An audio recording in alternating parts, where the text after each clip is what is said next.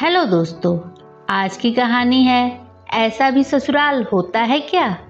शालिनी ऐसे परिवेश में पली बड़ी थी जहां अनुशासित रहना अनिवार्य था। हर काम समय पर होना चाहिए। लड़कियों को किसी तरह की आज़ादी नहीं थी। जब शालिनी कॉलेज जाती तभी थोड़ी खुश रहती। उसके मम्मी पापा के सख्त व्यवहार के कारण उसके दोस्त भी जल्दी नहीं आते थे और शालिनी को तो किसी के घर सिर्फ किसी खास मौके पर जाने का परमिशन था, वो भी अपने बड़े भाई के साथ। शालिनी के घर पर टीवी तक नहीं था। उसके मम्मी पापा का मानना था कि टीवी देखकर बच्चे बिगड़ जाएंगे।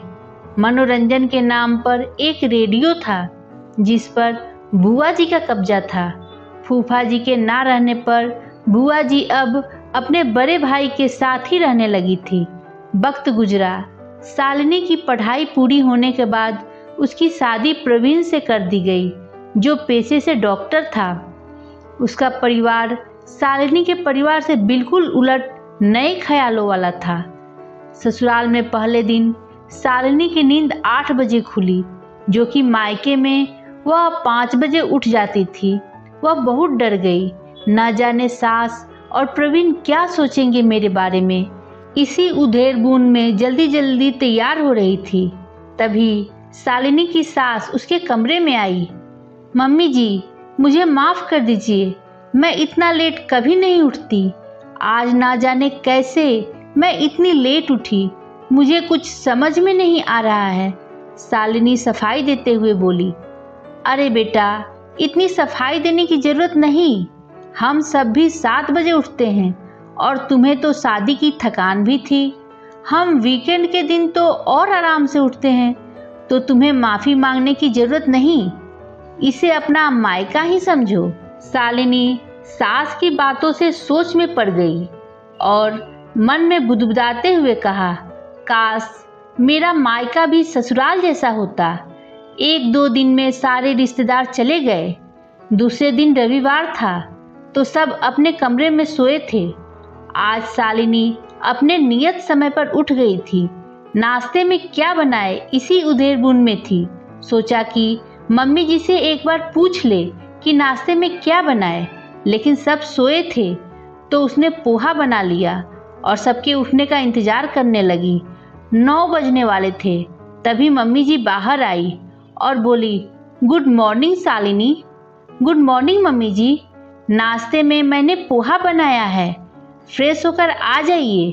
शालिनी ने जल्दी से कहा, क्या तुमने नाश्ता बना लिया? आज तो हम बाहर जाकर नाश्ता करते हैं। चलो कोई बात नहीं, चलो तुम्हारा बनाया नाश्ता भी कर लेंगे और तुम्हें आज गोपाल जी हलवाई के दुकान का लजीज नाश्ता कराते हैं। लगता है आज भी तुम जल्दी उठ गई। कितनी बार कहा है बेटा, इसे अपना मायका समझो, ससुराल नहीं। शालिनी की सास ने प्यार से कहा। शालिनी मम्मी जी की इन बातों से हैरान हो जाती और सोचने लगती, कैसे बताऊं कि मेरे मायके में इतने लेट तक कोई नहीं सोता। एक बार मैं लेट उठी तो बुआ जी ने कितना डांटा था, पर यहाँ तो कोई बंदिश ही नहीं है। धीरे धीरे शालिनी खुलकर जीना सीख गई। अब उसकी सारी हिचक चली गई। सास के रूप में ही माँ मिल गई थी उसे। मायका तो भूल ही गई थी। एक दिन उसके मायके से बुलावा आया। ना चाहते हुए भी शालिनी को जाना पड़ रहा था। खैर वह गई। वहाँ जाकर फिर से वही रूटीन फॉलो करना पड़ रहा था। घर में बंद हो गई थी। उसका मन अपने ससुराल में ही लगा रहता था। सब उसे बहुत प्यार जो करते थे। शालिनी की दोस्त प्रिया उससे मिलने आई और ससुराल के बारे में पूछा तो शालिनी ने कहा, मैं तो कहती हूँ कि भगवान करे हर लड़की को ऐसा ही ससुराल मिले। मेरे ससुराल में कोई बंदिश नहीं। मम्मी जी बिल्कुल मेरी दोस्त की तरह रहती हैं। ऐसा भी ससुराल होता है क्या? प्रिया ने हैरान होते हुए कहा। मेरी दीदी तो अपने ससुराल में इतना करने के बाद भी ताना ही सुनती है। भगवान तेरे जैसा ससुराल सबको दे, क्योंकि तेरा मायका ससुराल ही था, इसलिए भगवान ने तेरा ससुराल मायका कर दिया। सदा खुश रहो। दीपावली आने वाली थी। शालिनी की बुआ जी ने उसकी सास से कहा कि शालिनी को दीपावली में यहीं रहने दीजिए। शालिनी यह सुनकर दुखी हो गई और उसने छुपकर अपनी सास को फोन किया और कहा, मैं आप लोग के साथ दीपावली मनाना चाहती हूँ, मुझे बुला लीजिए मम्मी जी। शालिनी की सास समझ गई कि शालिनी का वहाँ मन नहीं लग रहा है। 1 सप्ताह बाद शालिनी की सास उसके मायके आई। उनको देखकर सब आश्चर्यचकित हो गए। आप अचानक पहले बताया होता तो हम आपको लेने आ जाते। शालिनी के पापा ने कहा। क्या कहें, अब शालिनी के बिना मन ही नहीं लग रहा था तो मिलने चले आए। शालिनी सबको देखकर खुशी से फूले न समाई, लेकिन अपनी खुशी छुपाए रखा। शालिनी सबके लिए चाय नाश्ता बनाने चली गई।